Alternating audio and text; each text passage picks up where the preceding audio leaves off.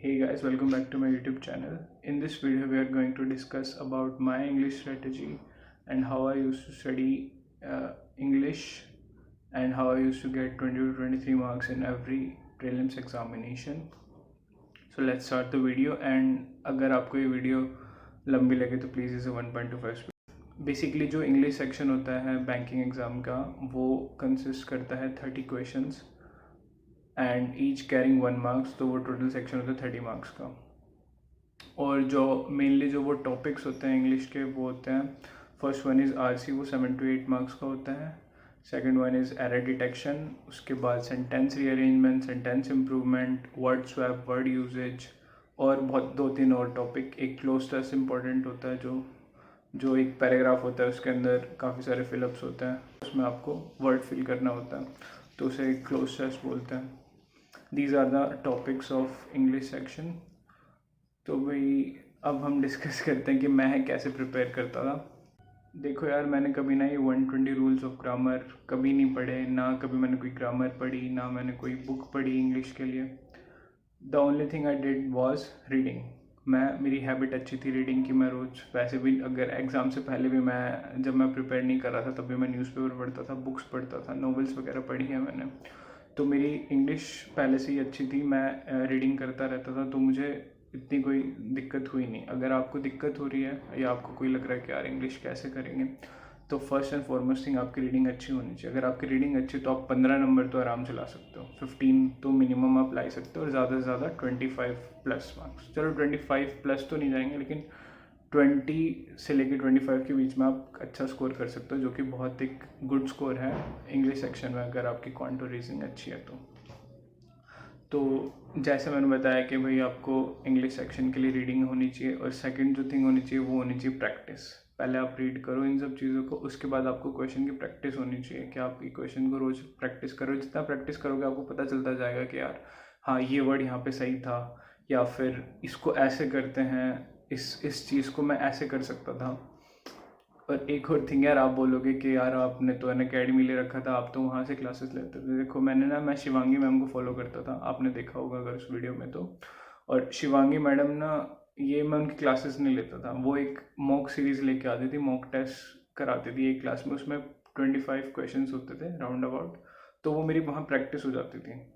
और तो मैं वो चीज़ करता था वहाँ से। मैंने कभी उनकी कोई क्लास नहीं ली, ना मैंने कभी किसी और मैम की कोई क्लास ली है या टीचर की इंग्लिश के लिए। मैं सिर्फ वहाँ पे प्रैक्टिस करता था अन अकेडमी पे।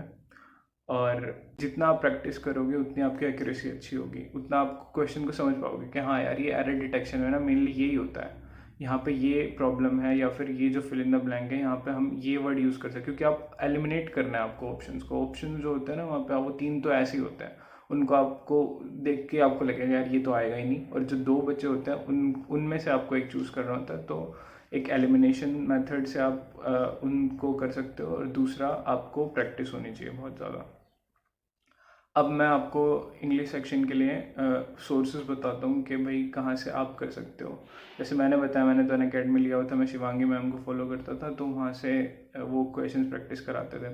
बाकी अभी शिवांगी मैम अन अकेडमी छोड़ चुकी है, वहाँ पे है नहीं वो, लेकिन उसका एक अल्टरनेट है, एक सब्सिट्यूट है, वो है निमिषा मैम की क्लासेस, परफेक्शन बैच करके है। उसमें ये सब मैम भी सेम ऐसे ही करवाती है क्वेश्चन की प्रैक्टिस, तो आप वो कर सकते हो अगर आप पेड लेना चाहते हो। अगर आप पेड नहीं लेना चाहते तो कोई ज़रूरत नहीं है उस चीज़ की।